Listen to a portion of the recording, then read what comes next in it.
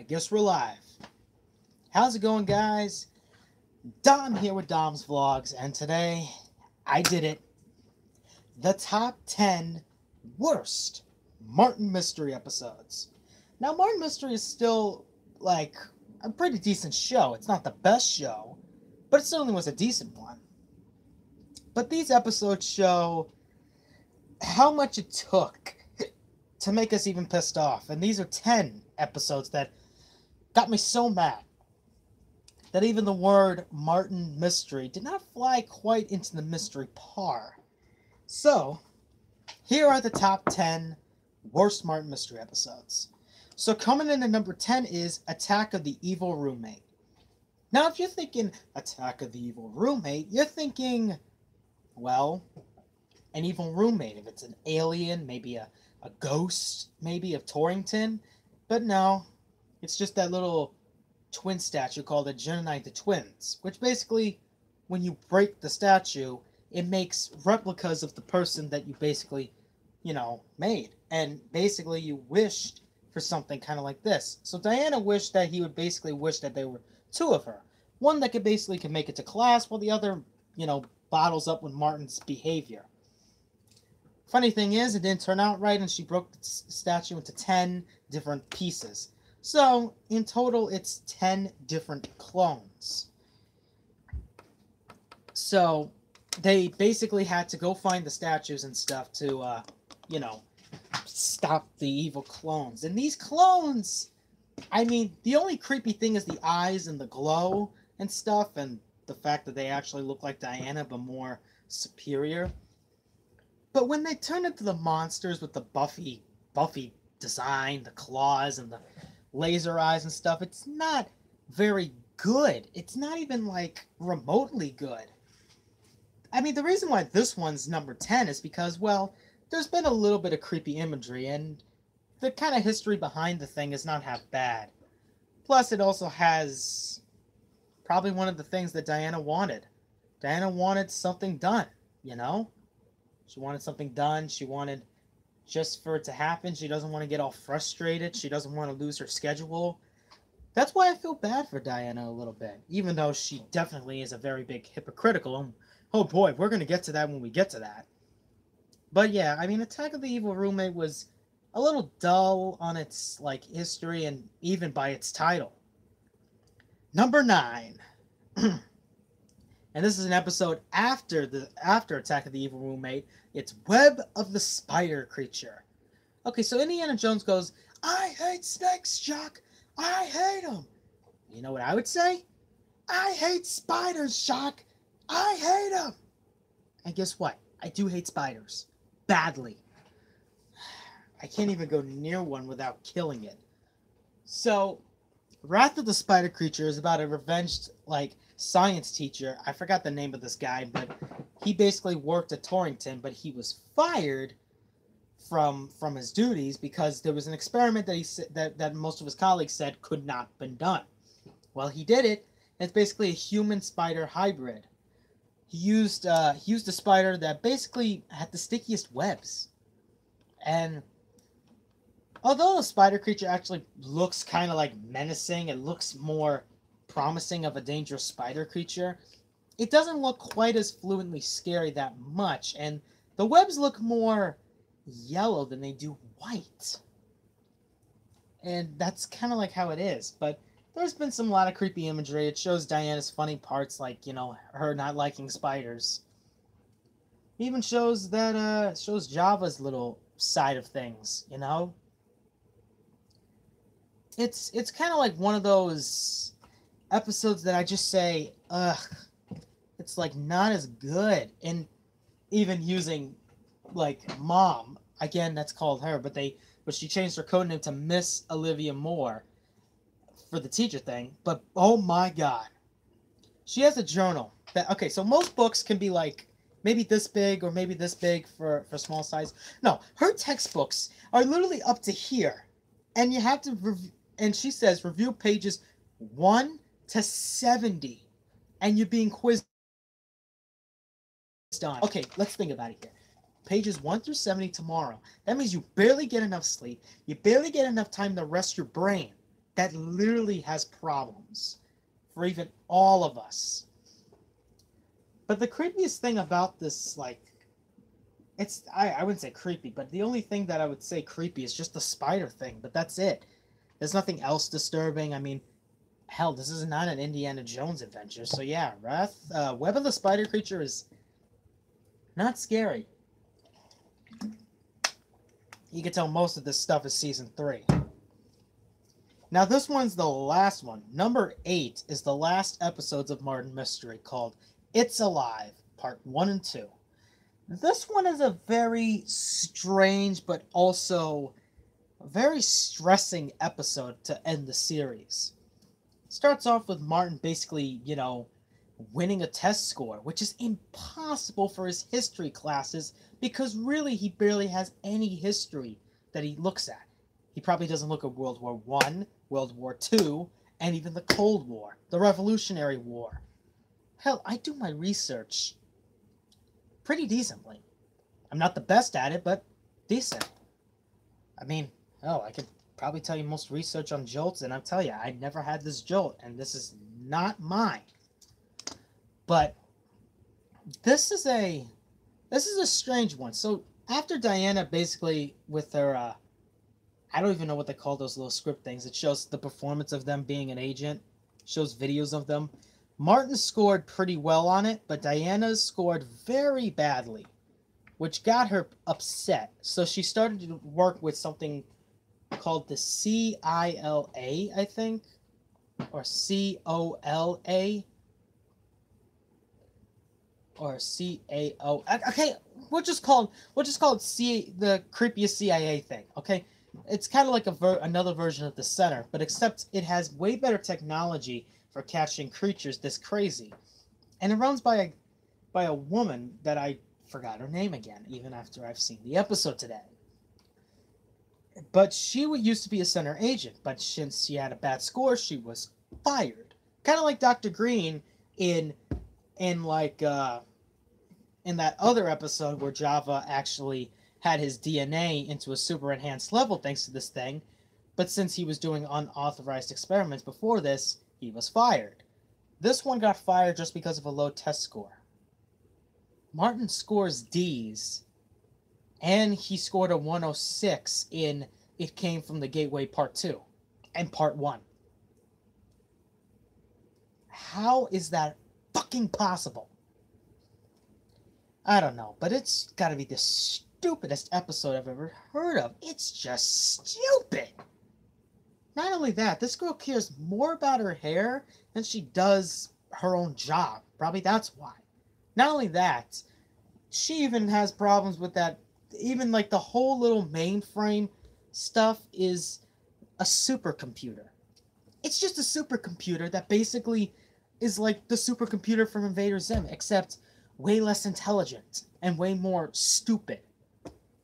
Not only that, Diana as a lizard creature is way scarier than a bunch of monsters together in one.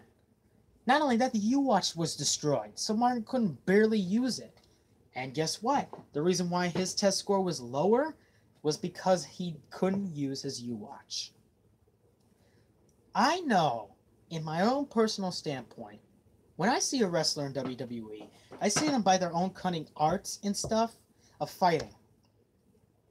Even when fighting an Extreme Rules matchup, they begin by just fighting. They don't start taking out the weapons yet. When I see a WWE superstar take out only one of the weapons under the ring, that's called being an asshole and calling yourself, oh yeah, I'm just an asshole and I don't know what to do. So I basically just, screw up and I'm not a good person. I only need these to help myself out. Like for me, I need a calculator. If I do math on my paper or on my head, I got a problem. I do it very slow. I need something fast. That's an improvising thing. But his improvising, there's going to be times where you can't use that thing for your improvising. I had to do a test where I can't use a calculator, and it was a pain in the ass. So, but I complained about it, but I did it. Martin barely did anything with his U-Watch. So, without his U-Watch, he's useless. But Diana saved the day thanks to her brilliant smarts. I think it's supposed to show like the women are powerful movement. Well, it does it better than Catwoman the movie. But yeah, what can I say? That movie was a bust. So is this episode. Now, number 7 is a very, very, very, very, very, very stupid episode compared to It's Alive. And it's, of course, a 22 episode. Sorry, Meat Wagon 22. Wrath of the Venus Flytrap. This is a stupid episode. Not only is it so stupid, but it's beyond stupid, like Attack of the Killer Tomatoes stupid. And that B-rated comedy was stupid enough. Conan's it better. But I basically have nothing to say about it than they're just being stupid. I mean, I've seen Venus flytraps. They are dangerous little predators for, like, eating anything live. But really, so in the beginning, a nerd wanted to get his Venus flytrap to grow for science class. So he uses strengthening powder or, like, protein powder.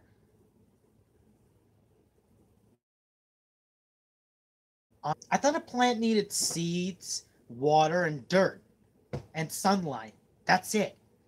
It does not need protein powder. And not only that, this Venus flytrap takes the whole powder and dumps it in, while the kid forgot to bring it out. Are you kidding me? I think Sam from Danny Phantom basically did it way better with plants. Hell, she's a plant lover. Even she names her plants. This is a stupid episode. And not only is it remotely awful, it's beyond, like... I mean, how can I put this? It's beyond, like, intelligent. It's not even close to being that. It's just ridiculous. And it's just the Venus flytrap. I mean, of course, yes, they basically put out the history of maybe Venus flytraps. But does anybody learn to cut off the goddamn head? Simple enough, you could just cut off the goddamn head and it would lose its cycle. You didn't need to dry it up and go inside its body. It is the most ridiculous, stupidest episode I've ever seen, period. For a 22 episode. Kidding me. You're kidding me. And, oh boy, a season 2 that I never liked because it was so quickly forgotten because it was boring. Number 6 is Germs from Beyond. So Martin, Diana, and Java got sick from a food poisoning in school, which Java did not do. Don't blame Java for this. He's a great caveman. Anyhow, this thing is about them just, being, well, as Skipper would say, quarantined, but I'm not going to scream it.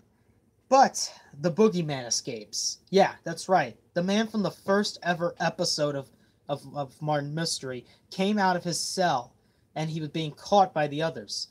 Except, it was more of an insult and just endless flashbacks. Like Truth or Square. Truth or Square was just endless flashbacks. And not only that, flashbacks that did not went well. And this is why this one is not as higher on the list, because Truth or Square, at least Truth or Square had flashbacks that basically only had nothing to do with the other seasons. When really, this one tapped into all of the seasons. Almost all the seasons from seasons 1 to 2. Because season 3 wasn't out yet, they had to put seasons 1 and 2. And it was a simple episode. This is a really crazy episode, yet at least the boogeyman barely looks like a Pokemon villain. Oh yeah, we're gonna get to that soon. And coming in at number 5, Attack of the Law Gnomes. This is something that really perplexes me. The title is Attack of the Law Gnomes.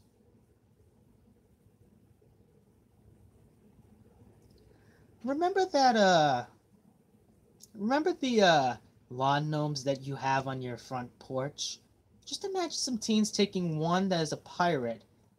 You cast a spell, brings your lawn gnomes back to life, just to get that pirate fellow, takes this green gas and turns everybody into a lawn gnome. is ridiculous and stupid. It's stupid. Not only that, this green other lawn gnome, there's no history behind this. There is no history behind these lawn gnome spells. There's no history behind it. There's nothing. Not even the legend decks. Not only that, I mean, he even shows, yes, Miss Olivia Moore. I'm gonna call her that because fuck it. Basically just said not to scratch your car, and what happens? The lawn gnomes beat the crap out of the car. And that car is an amazing ride, and yes, it came from the Gateway Part 2. It was like a great car, but it was mashed down by just lawn gnomes. Miniature little brats that can't even do a single amount of damage. And yet that's just ridiculous. And, like, you just turn everybody into lawn gnomes because you just want to get your little pirate friend back? Search the whole goddamn town! Put in hostages if you wanted to. It was simple enough in, like, the creeping slime when they took all the men away. It was more consistent. It had a legend on it.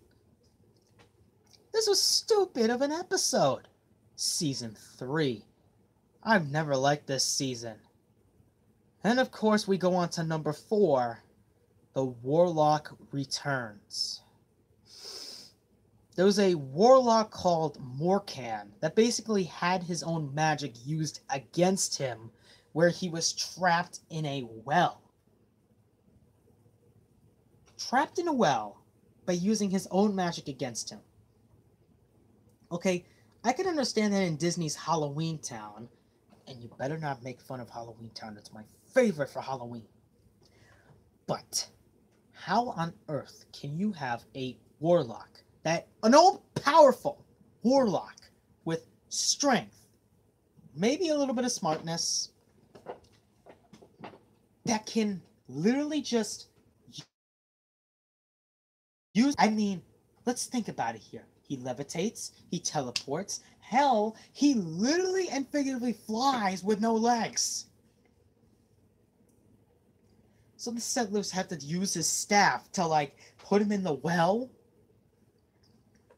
And why is he turning everybody into animals? I can understand witches doing that, like, you know, rats and toads, you know, they're witches. Warlocks are way different, I think. I think they do more for revenge.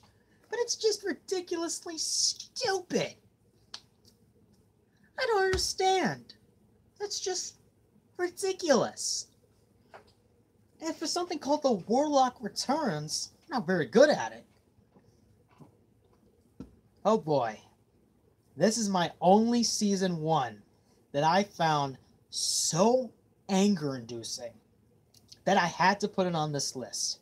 Coming in at number 3 is Mystery of the Vanishing. History goes that there was a pre-Kane interruption, well, in the subway tunnels, I don't know where conductors, including the missing Eloise incident, basically meaning that trains have been disappearing every time they go through the tunnels of Station 9942. But it was taken by Zook, a Babylonian dragon that's been living off the life force of people for over thousands of years. And what does this dragon look like? A ripoff of Pokemon! A ripoff of Pokemon! A ripoff Pokemon fucking dragon! At least Pokemon dragons look more presentable. This thing looks horrible! That does not even look like a dragon. Have you seen The Awakening with Japanese dragons? Those look like dragons. That does not look like a dragon. And his dimension has 3 moons. Once they emerge, it's supper time. He eats people. But he made a deal by a group called the Applebees. Yes, that sounds like a restaurant, I know. And guess what? It's a flippin' ripoff of the Brady Bunch. Yeah, remember Remember that sitcom that me, Phantom Strider, have been talking about that basically was a sitcom that actually created the eye roll? Not like annoyed me like Hannah Montana and Fred the Show, but literally created the eye roll. It's clean and stuff. How about putting them, except one of their daughters, their mother, making her a little bit more older and creepier, making the father a little bit more presentable, putting them with different types of dresses, dating them in the 1960s, yet that still counted because the Brady Bunch were in the 60s, and acting very psychotic by using a rolling pin, a frying pan, and a mixer. I've seen better weapons made from cavemen. I've seen the medieval handgun, which was dubbed to be one of the worst guns in existence. I've seen jammed up Nerf blasters that perform much better. I've seen a Jolt that can get 37 ranges, and yet they don't have any typical thing like a baseball bat, a sledgehammer, maybe a dagger. Really? And they kept them happy for one big deal, to keep them young. Oh and yeah, if Martin was actually not dating this girl right now, you should be looking at her how she's old now. And this is the first time I'm gonna ask this. This is the first time I've ever known that Diana actually had a ponytail. I'm not joking. Literally, in the episode she had a ponytail. I never seen her in any other episode that had a ponytail. I'm being completely honest. She's being way more smarter. She actually thought that she actually had a Renaissance man, but instead she had a clown. This was a painful episode to watch. And yet, you know what the problem is? I still keep watching it. I don't know why. I still keep watching it. It's obnoxious, it's stupid, and it's ripped off of Pokemon and the Brady Bunch. Two of my worst favorite kinds. I mean, if you like Pokemon, good for you. If you like the Brady Bunch, good for you. If you don't like the Brady Bunch, hey, you're on my team. So coming in at number 2 is something that I will definitely be listening. I'd be listening to more better music than this stupid one. Curse of the Six-String Serenade. This episode was before Wrath of the Venus Flytrap, which means it's way, way worse if it's on number 2, because Wrath of Venus Flytrap was number 7. Curse of the Six-String Serenade had something to do of a 100 years ago, I think a lonely guitar maker made one to actually woo his sweetheart, but he wooed other women and drove his sweetheart out of it and devoured by the creatures he made.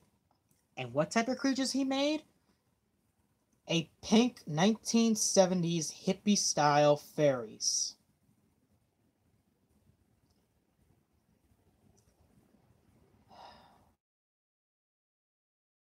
I am not going to say that this is the worst one. That's why it's on number 2. But it's ungodly more stupid than Wrath of the Venus Flytrap. Yeah, I just said that. At least the Venus Flytrap looks a little scary. These creatures don't even look scary. And yet the guitar is supposed to woo people?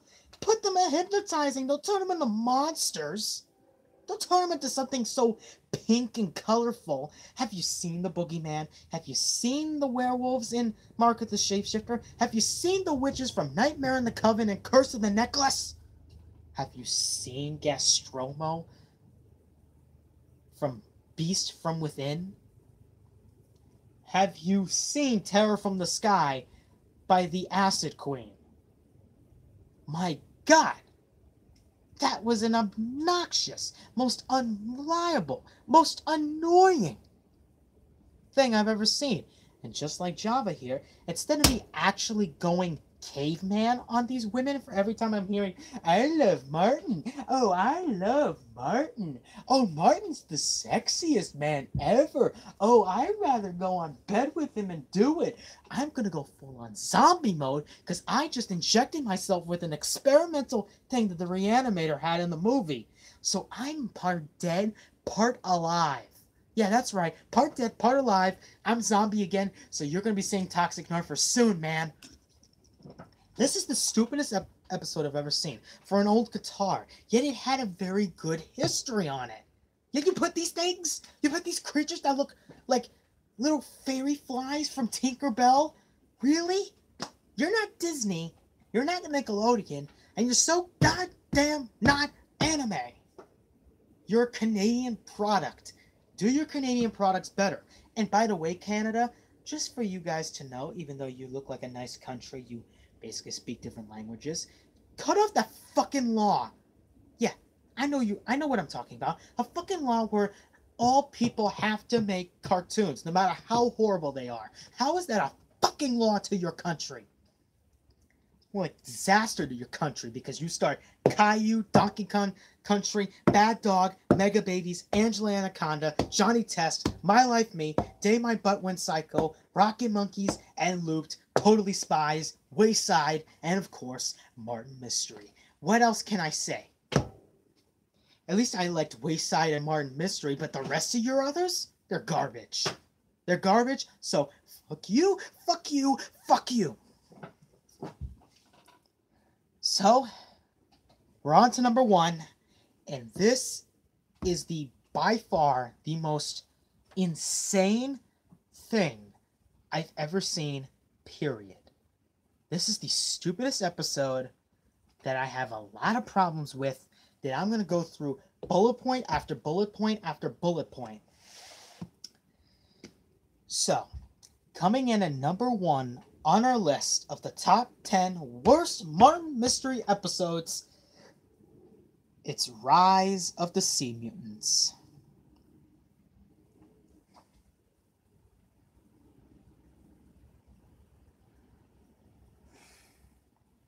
So in this episode, Martin and Diana basically catch some type of leprechaun. I'm not sure what it is. But yet they start arguing by who's gonna get it. And yet they argue every time in every episode, yet the mother doesn't complain until, boom, they don't catch the fucking leprechaun. So they basically redesign them of actually being 2 married couples.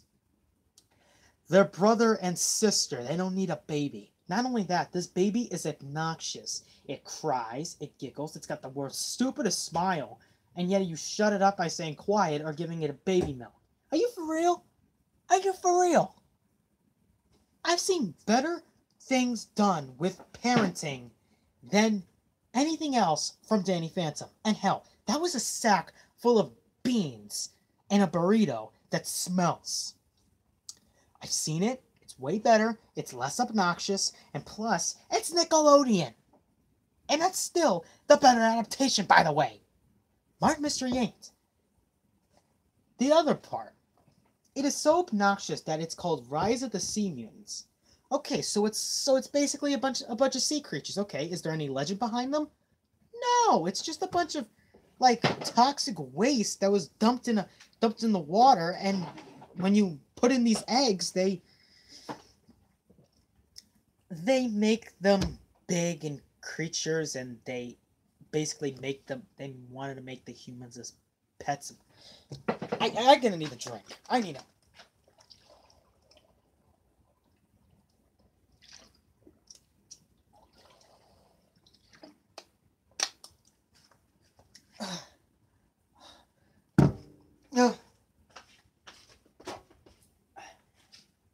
That episode almost made me drown. That number 1 on my book right here, this book right here, almost made me drown. How can you make an episode so ridiculous on sea moves that you couldn't bother putting it in a Legendex? I've seen ghost towns and stuff like Bridger's Gap, where they actually told history from the 50s. Not only that, There's a reason why Martin never used the Legend Dex in Nightmare in the Coven. Because he knew he hit the mother load of witches. He actually used the slime scan. He did all that. Yet the witch actually told it. So, what's the point of the Legend Dex in that episode? Martin used the Legend Dex on Hexon, so in Zombie Island, so he could know what this creature was. These things would just come from a pod for toxic waste. And yet, here's the thing. These other creatures died, but they don't. They only die if they don't have water, yet in a dry area they know how to turn on a fish know how to turn on a hose. That's the first thing that literally came into my mind. Why does a fish turn on a hose? How do they know how to turn on a fucking hose? How do they know? How do they know how to turn on a hose? They don't know. They're just fish. But the one thing that literally boggles my mind to this date in Season 3's Episode 6, Rise of the Sea Mutants. There was never a title card for this episode. Remember how every episode had a title card in Martin Mystery? Of course. 9 of these have it. 9 of these have it. I mean, Attack of the Evil Roommate has a death card. A note card. Like a title card. Web of the Spider Creature has a title card. So does It's Alive, Part 1 and 2. 7, Wrath of the Venus Flytrap. Germs from Beyond. Attack of the Lawn Gnomes. The Warlock Returns. Mystery of the Vanishing. Curse of the Singing String Serenade. But number 1 did not have a title card. Did not. It did not have a title card, and that what boggles me. Not only that, if this was supposed to let Martin and Diana team up, it's the worst kind I've ever seen, period, from Miss Olivia Moore. Yeah, that's right. That's the worst I've ever seen from this woman. Literally. I mean, she is a stubborn little piece of shit of a leader. And literally, yes, Martin had his antics in seasons 1 and 2. I can respect that. Literally. There's been problems in the past for Martin. And Martin is a very obnoxious guy. But he wasn't obnoxious with his own mother. Well, of course his own mother. Because literally, that's their mom. And it's just ridiculous. It was stupid. It was obnoxious. And there was no Java. There was no Java. You couldn't possibly be that any more ridiculous for actually not putting Java in that episode. That is the best character in Martin Mystery, and you fucking know it. That is one of the worst episodes I've ever seen. You could shut up with that. The Purge is the freaking Eiffel Tower. No. Statue of Liberty because it's in New York. The freaking, French, films are basically the Eiffel Tower. The Mona Lisa is Patty the Pelican. I'm sorry, but this is, beyond crazy and drives me nuts to this date. Rise of the Sea Mutants is the #1 worst episode of Martin Mystery to this date.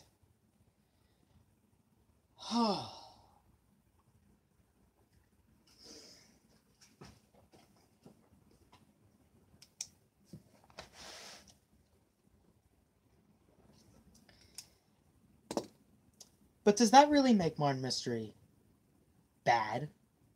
Honestly, no. Martin Mystery is still a pretty good episode, even though the 2 seasons were the best ones compared to the other one. I mean, there were some exceptions like Curse of the Looking Glass and also Night of the Scarecrow. They were the best ones out there. But Martin Mystery went down pretty low quality in season 3. Even its last episode never even got a chance. And, well, it barely did because it was number 8. But beside all this mess here, we don't look at this mess. We don't have to look at these top 10 worst episodes. Let's look at the top 10 best. Let's look at these on YouTube. The top 10 best Martin Mystery episodes. I mean it. Look at my countdown. I have the best ones for you. These are the best episodes of Martin Mystery to this date. And when we look at these, we can look at They Lurk Beneath. Return of the Dark Druid, Nightmare of the Coven, Zombie Island, The Vampire Returns, Haunting of the Black Rider, Cryptid the Genie, Return of the Genie. Hell, Return of the Genie was season 3. Martin Mystery is still a pretty good episode, even if it was from Quebec, Canada. I don't hate Canada on making bad episodes, but if they constantly keep doing it, they're going to lower their ratings more badly. They're going to have to get rid of that law. But not only that, I basically don't blame them for making Martin Mystery. They wanted to make something kind of like fresh, new, something kind of like Scooby-Doo, but instead of fake monsters that you have to unmask, you use real monsters. Monsters that you can actually look at. Monsters that you can actually perform with, you know? Like, actually real monsters that they catch and finish off. This is something crazy. Yet, no. Episode, and I don't respect it. I don't have any other dishonorable mentions, but maybe I'll put maybe Curse of the Enchanted Keys. I mean, it was a typewriter, but Are You Afraid of the Dark's typewriter was way better. Monster Movie Mayhem. I actually liked that episode, but it didn't quite make it the best because it was meh. House of Zombies. Not the best episode, but at least it had a backstory line. Day in Terrorland. I never liked that episode either. It was beyond boring. It was annoying. It was just... I mean, they couldn't get an amusement park thing right. Yet Goosebumps does it right. Are You Afraid of the Dark does it right. This didn't. This actually didn't. I'm surprised that it didn't. This didn't. It failed miserably. Yet this is Martin's favorite area, Terrorland. The Christmas versions, I actually like them. Both Christmases, like Eternal Christmas, All I Want for Christmas, are very good episodes with very good backstories. The Halloween one was good. I mean, Curse of the Necklace is one of my favorite episodes of all time. It's not my best episode, but it's my favorite. It Came from the Bog was good. Terror from the Sky was good. They're all good. But these 10 worst ones that I just came up with, you should never watch. And if you should watch, you should be very critical about them. But hey, that's it for this video. I hope you guys enjoyed this video. If you did, leave a like. And comment down below, what other top 10 should I do? Because hey, it's nice getting feedback from you guys. I really do appreciate it. And as always, stay scary, and I'll see you next time. I need a drink.